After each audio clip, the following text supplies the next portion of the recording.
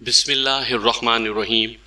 سامعین کرام، آپ سن رہے ہیں عمران سیریز کا اردو ناول بلیک ایرو، جس کے مصنف ہیں مظہر کلیم ایم اور یہ اس سلسلے کی قسط نمبر 4 ہے۔ مجھے امید ہے آپ کو میری یہ کاوش پسند آ رہی ہوگی۔ آپ نے اگر ابھی تک میرا چینل کہانی گھر سبسکرائب نہیں کیا تو ابھی میرے چینل کو سبسکرائب کر کے بیل نوٹیفیکیشن آن کر لیجئے تاکہ آنے والی ہر نئی کہانی کی اطلاع بر وقت آپ تک پہنچ سکے۔ اب لائیں فائل، گلوریا نے مسکراتے ہوئے کہا تو ڈاکٹر جواد آصف نے کوٹ کی اندرونی جیب سے طے شدہ فائل نکالی اور اسے گلوریا کی طرف بڑھا دیا۔ گلوریا نے فائل لے کر اسے کھولا۔ اس میں 4 صفحات تھے۔ اس نے ایک نظر پہلے صفحے کو دیکھا اور پھر فائل ساتھ بیٹھے ہوئے ایلبرٹ کی طرف بڑھا دی۔ اسے اچھی طرح چیک کر لیں، بعد میں ہماری ذمہ داری نہ ہوگی، گلوریا نے کہا تو ایلبرٹ نے اثبات میں سر ہلا دیا اور پھر فائل کھول کر اسے غور سے دیکھنا شروع کر دیا۔ یہ بالکل درست ہے اور میں نے اپنی جان پر کھیل کر اسے باہر نکالا ہے، ڈاکٹر جواد آصف نے بے چین سے لہجے میں کہا۔ اس کا معاوضہ بھی تو آپ کو مل رہا ہے، گلوریا نے مسکراتے ہوئے کہا۔ ہاں، لیکن میں چاہتا ہوں کہ جلد از جلد یہ مسئلہ نمٹ جائے، ڈاکٹر جواد آصف نے اسی طرح بے چین سے لہجے میں کہا۔ آپ آخر اس قدر ہراساں اور بے چین کیوں ہیں؟ کیا آپ کو کسی طرف سے کوئی خطرہ محسوس ہو رہا ہے؟ گلوریا نے ہونٹ بھینچتے ہوئے کہا۔ نہیں، خطرہ تو نہیں ہے، لیکن ڈاکٹر جواد آصف نے کہا۔ لیکن کیا مطلب؟ کھل کر بات کرے۔ گلوریا کا لہجہ مزید سخت ہو گیا تھا۔ مجھے اپنے بارے میں کوئی فکر نہیں ہے، اصل میں ڈاکٹر آفتاب کے سلسلے میں سیکرٹ سروس دلچسپی لے رہی ہے اور کوئی صاحب اس سلسلے میں آج رات مجھ سے ملنے والے ہیں۔ مجھے اس بارے میں بڑی فکر ہے، ڈاکٹر جواد آصف نے کہا۔ کیوں؟ کیا ڈاکٹر آفتاب کے سلسلے میں آپ پر شک کیا جا رہا ہے؟ گلوریا نے چونک کر پوچھا۔ او نہیں، بلکہ وہ ڈاکٹر آفتاب کی مصروفیت کے بارے میں مجھ سے پوچھ گچھ کرنا چاہتے ہیں، ڈاکٹر جواد آصف نے جواب دیا۔ لیکن کیوں؟ وجہ؟ گلوریا نے کہا۔ اس ڈاکٹر آفتاب کے قتل کی وجہ سے گڑبڑ پیدا ہوئی ہے۔ چونکہ وہ ایک اہم شعبے کا سربراہ تھا، اس لیے شاید یہ انکوائری ہو رہی ہے، ڈاکٹر جواد آصف نے جواب دیا۔ ہو سکتا ہے کہ انہیں اس بات پر شک ہو گیا ہو کہ ڈاکٹر آفتاب نے ایس وی ٹی کا پہلا حصہ ہمیں فروخت کیا ہے، گلوریا نے کہا۔ او نہیں، اس کا علم صرف مجھے تھا کیونکہ میں اس کا نمبر 2 تھا اور میرے دستخطوں کے بغیر وہ اسے حاصل نہ کر سکتا تھا اور نہ اس کی کاپی کرا سکتا تھا، اس لیے اس بارے میں تو کسی کو بھی علم نہیں ہے، ڈاکٹر جواد آصف نے کہا تو گلوریا کے ستے ہوئے چہرے پر اطمینان کے تاثرات پھیل گئے۔ یہ درست ہے میڈم گلوریا، اسی لمحے ایلبرٹ نے فائل بند کرتے ہوئے کہا۔ اوکے، گلوریا نے کہا اور فائل اس کے ہاتھ سے لے کر اسے تہہ کر کے اس نے اپنے ہینڈ بیگ میں رکھ لیا۔ یہ بریف کیس اب آپ کا ہو گیا ڈاکٹر جواد آصف، گڈ بائے، گلوریا نے کہا اور اٹھ کر کھڑی ہو گئی۔ اس کے اٹھتے ہی ایلبرٹ بھی اٹھ کھڑا ہوا اور ڈاکٹر جواد آصف بھی۔ اس کے چہرے پر انتہائی مسرت کے تاثرات تھے۔ اس نے جلدی سے بریف کیس اٹھا لیا اور پھر وہ ایک دوسرے کے پیچھے چلتے ہوئے روز سیکشن کے مین گیٹ کی طرف بڑھتے چلے گئے۔ جانسن اب خالی ہاتھ تھا، جبکہ بریف کیس اب ڈاکٹر جواد آصف کے ہاتھ میں تھا۔ وہ تینوں ٹیکسی میں بیٹھ کر چلے گئے تو ڈاکٹر جواد آصف پارکنگ کی طرف مڑ گیا۔ اس کے قدم تیز تیز اٹھ رہے تھے، یوں محسوس ہو رہا تھا جیسے وہ ہوا میں اڑ رہا ہو۔ کار کے قریب پہنچ کر اس نے جیب سے چابی نکالی اور کار کی ڈگی کھول کر اس نے بریف کیس اندر رکھا اور ڈگی بند کر کے اس نے کار کی ڈرائیونگ سیٹ کا دروازہ کھولا اور پھر اندر بیٹھ کر اس نے دروازہ بند کر دیا اور کار بیک کر کے اس نے موڑی اور پھر تیزی سے بیرونی گیٹ کی طرف بڑھ گیا۔ اس کا انگ انگ مسرت کی شدت سے پھڑک رہا تھا، کیونکہ جس دولت کے وہ خواب دیکھا کرتا تھا وہ دولت اس وقت اس کی کار کی ڈگی میں موجود تھی اور وہ اس کا بلا شرکت غیر مالک تھا۔ اب میں یہ نوکری چھوڑ کر ایکریمیا شفٹ ہو جاؤں گا، ڈاکٹر جواد آصف نے بڑبڑاتے ہوئے کہا اور پھر اسی انداز میں خود کلامی کرتے اور کار چلاتے آخر کار وہ اپنی کوٹھی پر پہنچ گیا۔ اس نے کار کا مخصوص انداز میں ہارن دیا تو مین گیٹ کی کھڑکی کھلی اور اس کا ملازم باہر آ گیا۔ پھاٹک کھولو ناصر، ڈاکٹر جواد آصف نے کار کی کھڑکی سے سر باہر نکالتے ہوئے کہا، بہتر جناب، ملازم نے مؤدبانہ لہجے میں کہا اور واپس چلا گیا۔ تھوڑی دیر بعد بڑا پھاٹک کھل گیا اور ڈاکٹر جواد آصف کار اندر پورچ میں لے گیا۔ وہ یہاں اپنے ملازم ناصر کے ساتھ اکیلا رہتا تھا۔ اس کی فیملی ایک گاؤں میں رہتی تھی اور وہ ویکینڈ پر وہاں چلا جاتا تھا۔ اس کی بیوی گاؤں سے شہر آنے پر رضامند نہ تھی۔ چونکہ اس کی کوئی اولاد نہ تھی، اس لیے اس کی بیوی گاؤں میں اپنے والدین کے ساتھ رہتی تھی۔ ڈاکٹر جواد آصف نے کار پورچ میں روکی اور پھر نیچے اتر کر اس نے کار کی ڈگی کھولی اور بریف کیس نکال کر اس نے ڈگی بند کی۔ اسی لمحے ملازم ناصر پھاٹک بند کر کے وہاں آ گیا تھا۔ اس نے بریف کیس لینے کے لیے ہاتھ بڑھایا۔ نہیں، اس میں ضروری کاغذات ہیں، تم بتاؤ، کوئی ملاقاتی یا کوئی فون؟ ڈاکٹر جواد آصف نے کہا، جی نہیں، نہ کوئی ملاقاتی آیا ہے اور نہ ہی کوئی فون آیا ہے۔ ناصر نے جواب دیا، اوکے، 9 بجے ایک صاحب علی عمران آ رہے ہیں، انہیں ڈرائنگ روم میں بٹھا دینا اور پھر مجھے اطلاع دے دینا، میں اس دوران آرام کروں گا۔ ڈاکٹر جواد آصف نے کہا، جی بہتر، ناصر نے جواب دیا اور ڈاکٹر جواد آصف بریف کیس اٹھائے تیزی سے اپنے خصوصی کمرے کی طرف بڑھ گیا۔ اس نے کمرہ اندر سے لاک کیا اور پھر بریف کیس کو ایک میز پر رکھ کر اس نے اسے کھولا اور اس میں موجود کرنسی نوٹوں کی گڈیاں نکال کر باہر رکھنا شروع کر دیں۔ جب بریف کیس خالی ہو گیا تو اس نے بریف کیس کو نیچے رکھا اور پھر ان گڈیوں کو چیک کرنا شروع کر دیا۔ اسے خدشہ تھا کہ کہیں اس کے ساتھ کوئی دھوکہ نہ کیا گیا ہو، لیکن ساری گڈیاں چیک کر لینے کے بعد اسے اطمینان ہو گیا کہ ایسا نہیں ہوا، تو اس نے گڈیاں دوبارہ بریف کیس میں رکھیں اور بریف کیس کو سیف میں رکھ کر وہ ڈریسنگ روم کی طرف بڑھ گیا تاکہ لباس تبدیل کر کے وہ کچھ دیر نہ صرف آرام کر سکے بلکہ آئندہ کی پلاننگ بھی کر سکے۔ عمران نے کار ضیاء کالونی کی کوٹھی نمبر 108 کے بند پھاٹک کے سامنے روکی اور پھر نیچے اتر کر وہ سائڈ پر موجود کال بیل کے بٹن کی طرف بڑھ گیا۔ ستون پر ڈاکٹر جواد آصف کی نیم پلیٹ موجود تھی جس میں نام کے نیچے ڈگریاں بھی درج تھیں۔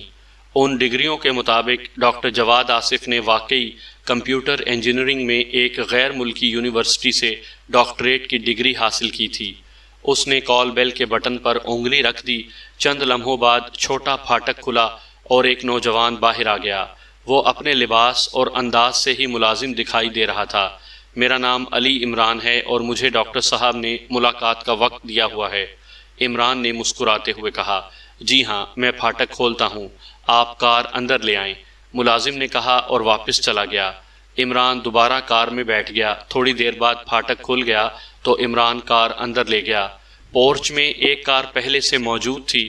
عمران نے کار اس کے پیچھے روکی اور پھر نیچے اتر کر وہ ملازم کا انتظار کرنے لگا۔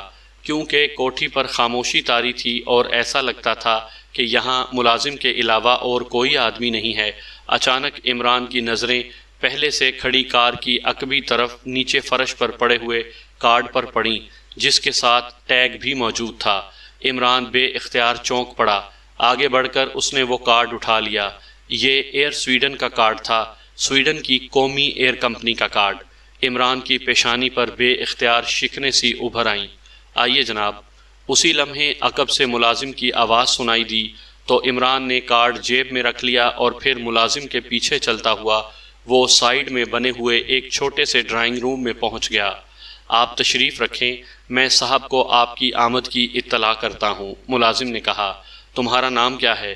عمران نے ایک صوفے پر بیٹھتے ہوئے کہا، میرا نام ناصر ہے جناب، ملازم نے جواب دیا۔ یہ کوٹھی پر اس قدر خاموشی کیوں طاری ہے؟ کیا تمہارے صاحب کی فیملی کہیں گئی ہوئی ہے؟ عمران نے پوچھا۔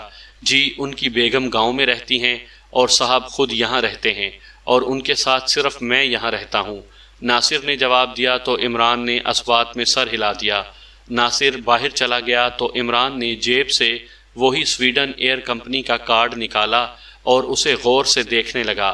کارڈ پر فلائٹ کا نمبر اور تاریخ درج تھی جو آج سے 4 روز پہلے کی تھی۔ اسی لمحے اسے باہر سے قدموں کی آواز سنائی دی تو اس نے کارڈ واپس جیب میں رکھ لیا۔ چند لمحوں بعد ایک ادھیڑ عمر لیکن صحت مند آدمی اندر داخل ہوا۔ اس کے جسم پر گھریلو لباس تھا اور آنکھوں پر نظر کا چشمہ۔ عمران اس کے استقبال کے لیے اٹھ کھڑا ہوا۔ مجھے ڈاکٹر جواد آصف کہتے ہیں، آنے والے نے مسکراتے ہوئے کہا۔ مجھے علی عمران کہتے ہیں، عمران نے بھی مسکراتے ہوئے جواب دیا۔ اس نے جان بوجھ کر اپنی ڈگریاں نہ بتائی تھیں تاکہ ڈاکٹر جواد آصف اسے بس سیکرٹ سروس کا ایک عام سا رکن ہی سمجھتا رہے۔ تشریف رکھیں، ڈاکٹر نے کہا، اور پھر خود بھی وہ سامنے والے صوفے پر بیٹھ گیا۔ اسی لمحے ملازم ناصر اندر داخل ہوا اور اس کے ہاتھ میں مشروب کی ایک بوتل تھی جس پر سرخ رنگ کا ٹشو لپٹا ہوا تھا۔ اس نے بوتل عمران کے سامنے میز پر رکھ دی۔ آپ نہیں لیں گے؟ عمران نے کہا۔ جی نہیں، مجھے ڈاکٹر نے منع کیا ہوا ہے، ڈاکٹر جواد آصف نے روکھے سے لہجے میں جواب دیا تو عمران بے اختیار مسکرا دیا۔ آپ ڈاکٹر آفتاب کے بارے میں کیا معلوم کرنا چاہتے ہیں اور کیوں؟ ڈاکٹر جواد آصف نے چند لمحوں کی خاموشی کے بعد خود ہی بات کرتے ہوئے کہا۔ آپ ڈاکٹر آفتاب کو کب سے جانتے ہیں؟ عمران نے مسکراتے ہوئے کہا۔ گزشتہ 4 سالوں سے، جب میں کمپیوٹر سیکشن میں ملازم ہوا تھا، ڈاکٹر آصف نے جواب دیا۔ کیا ڈاکٹر آفتاب آپ سے سینئر تھے؟ عمران نے پوچھا۔ جی ہاں، لیکن صرف 2 سال، ڈاکٹر جواد آصف نے جواب دیا۔ ڈاکٹر آفتاب کی ذاتی زندگی کے بارے میں آپ کچھ جانتے ہیں؟ مثلاً ان کے دوست، ان کے مخصوص ملاقاتی، ان کے گھر سے باہر پسندیدہ ایکٹیویٹیز؟ عمران نے کہا۔ جی ہاں، وہ میرے انتہائی بے تکلف دوست تھے، اور چونکہ میں یہاں اکیلا رہتا ہوں اس لیے میں اکثر ان کی رہائش گاہ پر چلا جاتا تھا اور ہم رات گئے تک اکٹھے رہتے تھے، ڈاکٹر جواد آصف نے جواب دیتے ہوئے کہا۔ کیا غیر ملکی عورتوں سے بھی ان کی دوستی تھی؟ عمران نے کہا تو ڈاکٹر جواد آصف بے اختیار چونک پڑا۔ غیر ملکی عورتوں سے؟ کیا مطلب؟ میں سمجھا نہیں آپ کی بات، ڈاکٹر جواد آصف نے ہونٹ چباتے ہوئے کہا۔ میں نے بڑے سادہ سے الفاظ استعمال کیے ہیں، عمران نے مسکراتے ہوئے کہا۔ میرا مطلب ہے کہ دوستی سے آپ کی کیا مراد ہے؟ غیر ملکی عورتیں کلبوں اور ہوٹلوں میں تو ملتی ہی رہتی ہیں، ڈاکٹر جواد آصف نے کہا۔ کیا کوئی غیر ملکی لڑکی ان کی رہائش گاہ پر بھی آتی جاتی رہتی تھی؟ عمران نے کہا۔ او نہیں، ایسا میرے سامنے تو کبھی نہیں ہوا اور نہ میں نے کبھی سنا ہے، لیکن آپ یہ سب کچھ کیوں پوچھ رہے ہیں؟ ڈاکٹر جواد آصف نے کہا۔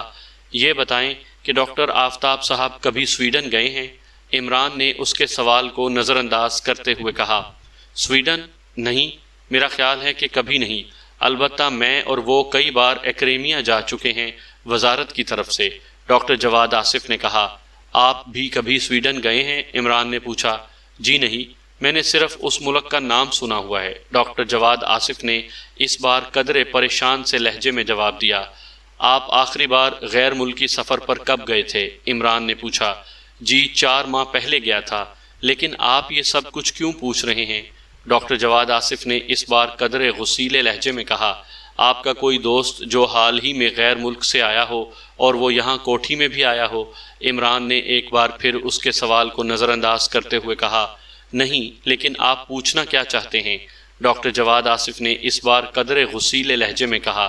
بگ ماسٹرز کے بارے میں آپ کیا جانتے ہیں؟ عمران نے اچانک کہا تو ڈاکٹر جواد آصف بے اختیار اچھل پڑا۔ کیا بگ ماسٹرز؟ کیا مطلب؟ میں سمجھا نہیں، ڈاکٹر جواد آصف نے بڑی مشکل سے اپنے آپ کو سنبھالتے ہوئے کہا۔ سویڈن کی ایک بین الاقوامی مجرم تنظیم ہے اور مجھے معلوم ہوا ہے کہ اس کی ایک ایجنٹ جس کا نام روز میری ہے، وہ ڈاکٹر آفتاب سے اس کی کوٹھی میں ملی تھی۔ اس ملاقات کے وقت ڈاکٹر آفتاب کوٹھی میں اکیلے تھے، نہ ان کی فیملی تھی اور نہ ان کے ملازم۔ اس کے بعد ڈاکٹر آفتاب کی لاش سامنے آئی۔ عمران نے بغور ڈاکٹر جواد آصف کو دیکھتے ہوئے کہا۔ اس نے محسوس کر لیا تھا کہ ڈاکٹر جواد آصف نہ صرف اس معاملے کے بارے میں بہت کچھ جانتا ہے، بلکہ اس کا انداز اور پھر اس کی گاڑی کے ساتھ ملنے والا سویڈن ایئر کمپنی کا کارڈ بتا رہا تھا کہ وہ بذات خود بھی اس چکر میں ملوث ہے۔ اوہ، مجھے تو معلوم نہیں ہے، مجھے تو یہی بتایا گیا ہے کہ ڈاکوؤں نے اسے ہلاک کیا تھا، ڈاکٹر جواد آصف نے جواب دیا، لیکن اس کے لہجے میں کھوکھلا پن نمایاں تھا۔ کیا ڈاکٹر آفتاب کے پاس کوئی بھاری رقم آ گئی تھی جس کی وجہ سے ان کی کوٹھی میں دن دہاڑے یہ ڈاکہ پڑ گیا تھا؟ عمران نے کہا۔ بھاری رقم؟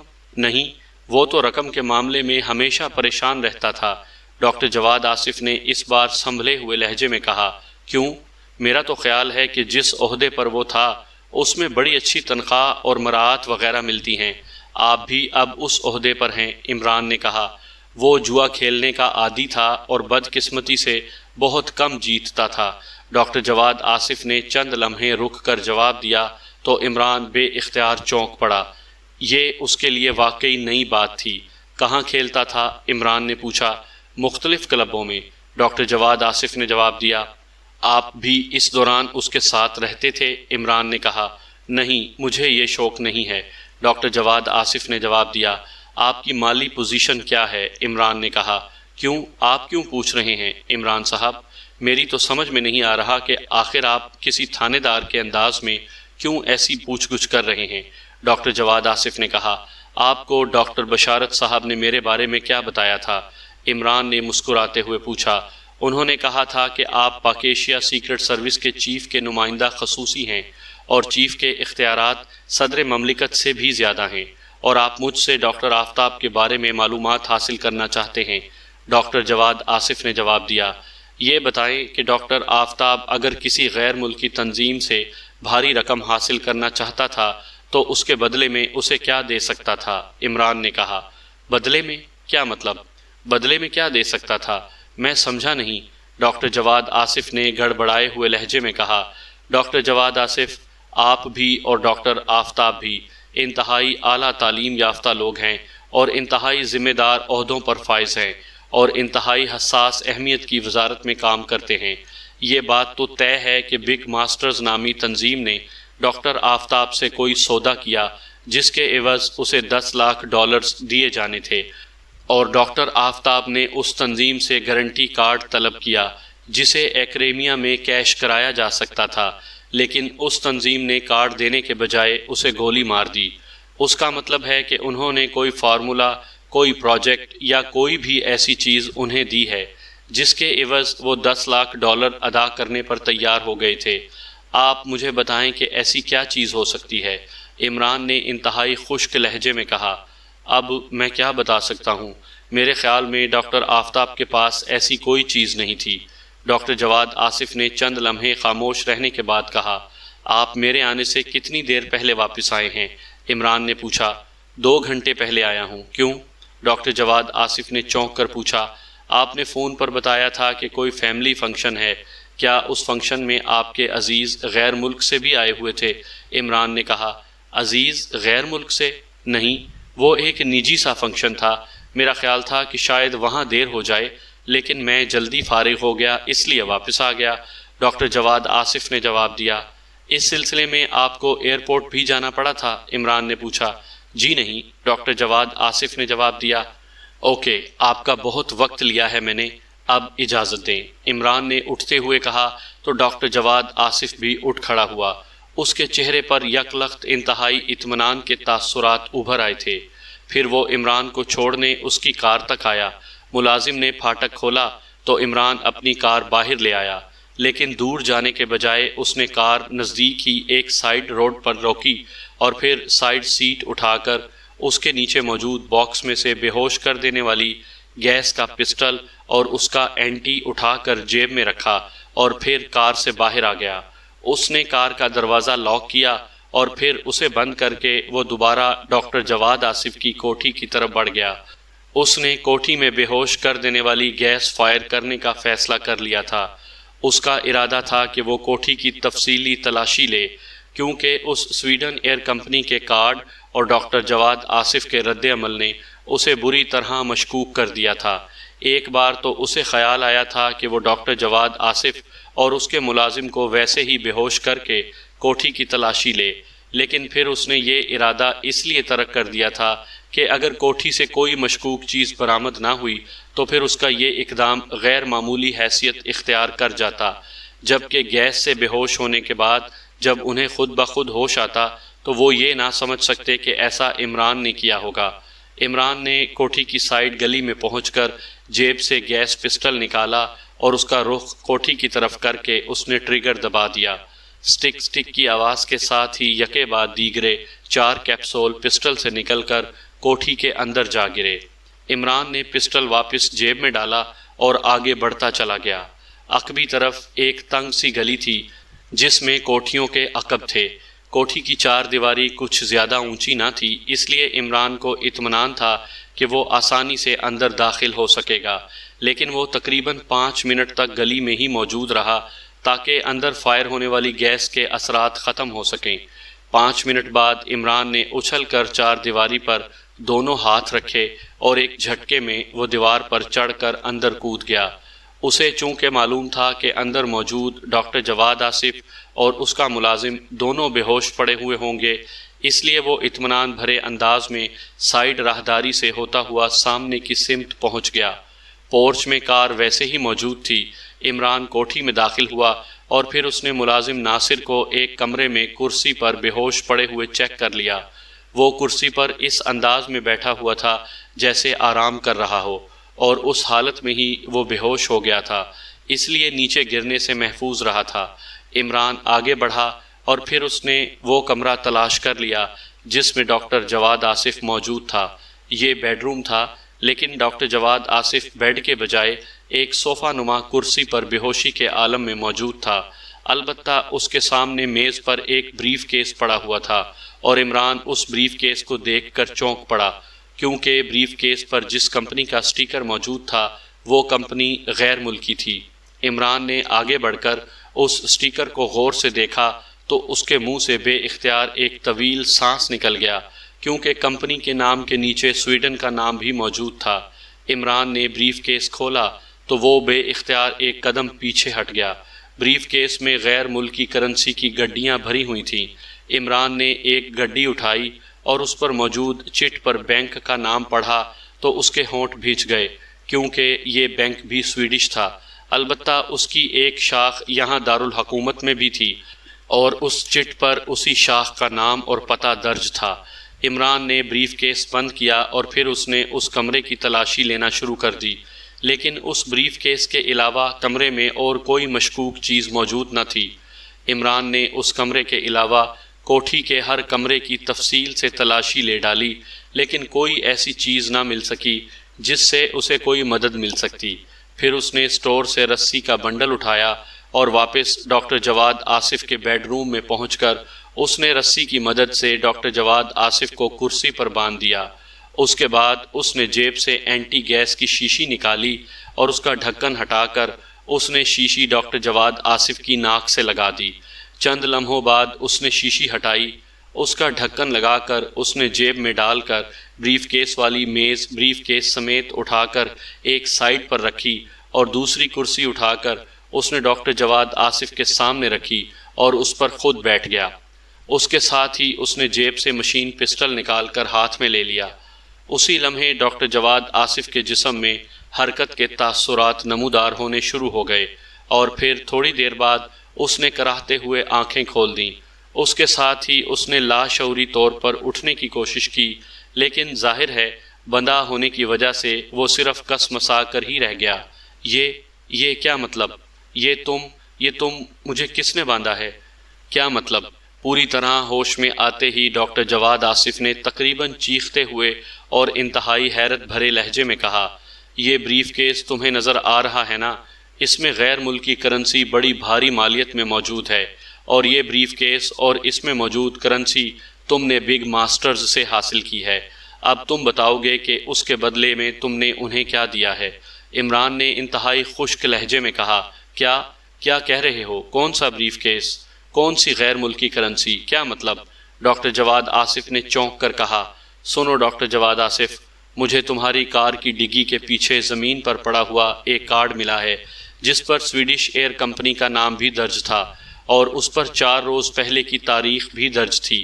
اسی وجہ سے میں نے تم سے سویڈن کے بارے میں پوچھ گچھ کی تھی، اور تم نے جس مشکوک انداز میں جواب دیے تھے اس کے نتیجے میں نے یہاں بے ہوش کر دینے والی گیس فائر کی، اور پھر میں عقبی طرف سے اندر آ گیا۔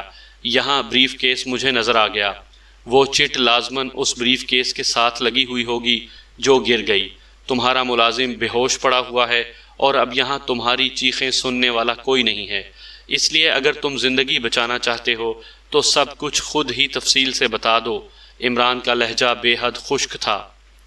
یہ سب بکواس ہے، یہ سب جھوٹ ہے، میرا کسی بریف کیس سے کوئی تعلق نہیں ہے۔ یہ بریف کیس بھی تمہارا ہے، تم میرے دشمنوں کے آدمی ہو، ڈاکٹر جواد آصف نے یک لخت چیختے ہوئے لہجے میں کہا۔ اس طرح چیخنے چلانے سے کچھ نہیں ہوگا، میں نے صرف ٹریگر دبانا ہے اور تمہاری لاش گٹر میں بہتی نظر آئے گی۔ مجھے معلوم ہے کہ پہلے ڈاکٹر آفتاب نے بھی $10 لاکھ کے عوض پاک ایشیا کا کوئی سیکرٹ دشمنوں کو فروخت کیا ہے، اور اب تم نے بھی یہی کام کیا ہے۔ اگر یہ کارڈ تمہارے گیراج سے مجھے نہ ملتا تو شاید مجھے تم پر شک بھی نہ پڑتا، اور یہ بھی بتا دوں کہ سیکرٹ سروس بڑی آسانی سے یہ معلوم کر لے گی کہ تم نے آفس سے لے کر اب تک کا وقت کہاں گزارا ہے اور کس کس سے تمہاری ملاقات ہوئی ہے، اور سیکرٹ سروس یہ بھی معلوم کر لے گی کہ اس بریف کیس کا مالک کون ہے۔ لیکن تم اپنی زندگی سے ہاتھ دھو بیٹھو گے، اور اس دنیا میں زندگی بار بار نہیں ملا کرتی۔ تم انتہائی اعلیٰ تعلیم یافتہ ہو، انتہائی ذمہ دار عہدے پر فائز ہو سکتا ہے کہ کسی مجبوری کی وجہ سے تم نے یہ قدم اٹھایا ہو، اس لیے اب بھی وقت ہے کہ تم خود ہی سب کچھ بتا دو۔ اس طرح تمہاری زندگی بچ سکتی ہے اور تمہیں زندہ چھوڑا جا سکتا ہے، لیکن اگر تم نے ضد کی تو اس کا نتیجہ تمہارے حق میں انتہائی عبرتناک نکلے گا۔ میں تمہیں آخری موقع دے رہا ہوں۔ عمران نے انتہائی سنجیدہ لہجے میں کہا، تم نہ جانے کیا کہہ رہے ہو۔ جب میں نے کہہ دیا ہے کہ میرا اس بریف کیس سے کوئی تعلق نہیں ہے تو تم کیوں مجھ پر زبردستی کر رہے ہو؟ مجھے چھوڑ دو، میں تم پر اور حکومت پر اپنی بے گناہی خود ہی ثابت کر دوں گا۔ ڈاکٹر جواد آصف نے انتہائی سخت لہجے میں کہا، اوکے، تمہاری مرضی، اگر تم خودکشی کرنا ہی چاہتے ہو تو میں تمہیں کیسے روک سکتا ہوں؟ عمران نے انتہائی سرد لہجے میں کہا، اور اس کے ساتھ ہی اس نے اٹھ کر مشین پسٹل کی نال ڈاکٹر جواد آصف کی کن پٹی سے لگا کر اسے دبا دیا۔ صرف 5 تک گنوں گا، پھر ٹریگر دبا دوں گا، عمران نے کہا، اور اس کے ساتھ ہی اس نے رک رک کر گنتی شروع کر دی۔ ڈاکٹر جواد آصف کا رنگ زرد پڑ گیا، اس کی آنکھیں خوف کی شدت سے باہر کو ابل آئیں، اور اس کا چہرہ پسینے میں ڈوبتا چلا گیا۔ رک جاؤ، میں بتاتا ہوں، رک جاؤ، تم واقعی گولی چلا دو گے، رک جاؤ، ڈاکٹر جواد آصف نے انتہائی خوف زدہ انداز میں چیختے ہوئے کہا، بولتے جاؤ ورنہ گنتی وہیں سے شروع ہو جائے گی جہاں سے رکی تھی، اور یہ بھی سن لو کہ جو کچھ تم بتاؤ گے اسے کنفرم بھی کیا جائے گا۔ عمران نے اسی طرح خشک لہجے میں کہا، میں سب کچھ بتا دیتا ہوں، سب کچھ، لیکن یہ مشین پسٹل ہٹا لو، میں سب کچھ بتا دوں گا، سب کچھ۔ میں حکومت کی دی ہوئی سزا کاٹ لوں گا، لیکن تم مجھے مارو گے نہیں، رک جاؤ۔ ڈاکٹر جواد آصف نے اسی طرح چیختے ہوئے لہجے میں کہا تو عمران پیچھے ہٹ کر دوبارہ سامنے موجود کرسی پر بیٹھ گیا۔ البتہ مشین پسٹل کا رخ اس نے ڈاکٹر جواد آصف کی طرف ہی رکھا تھا۔ مجھے پانی دو، میں مر جاؤں گا، مجھے پانی دو، ڈاکٹر جواد آصف نے لمبے لمبے سانس لیتے ہوئے کہا۔ عمران نے اس کی حالت دیکھی تو وہ اٹھا اور کمرے سے باہر نکل گیا۔ اس نے کچن میں جا کر گلاس میں پانی بھرا اور واپس آ کر اس نے گلاس ڈاکٹر جواد آصف کے منہ سے لگا دیا۔ ڈاکٹر جواد آصف نے اس طرح پانی پینا شروع کر دیا جیسے پیاسا اونٹ پانی پیتا ہے۔ جب گلاس خالی ہو گیا تو عمران نے گلاس ہٹا لیا اور اسے ایک طرف میز پر رکھ دیا۔ پانی پینے کے بعد اب ڈاکٹر جواد آصف کی حالت پہلے کی نسبت کافی بہتر ہو گئی تھی۔ سنو، کیا تم مجھ سے سودا کرتے ہو؟ یہ دولت مجھے دے دو اور میری نشاندہی نہ کرو تو میں تمہیں سب کچھ تفصیل سے بتا دیتا ہوں۔ ڈاکٹر جواد آصف دوبارہ سودے بازی پر اتر آیا تھا، اور عمران سمجھ گیا کہ وہ فطری طور پر انتہائی حریص آدمی ہے۔ اس کا فیصلہ اس صورت میں ہو سکتا ہے کہ تم مجھے پہلے تفصیل بتاؤ، پوری تفصیل۔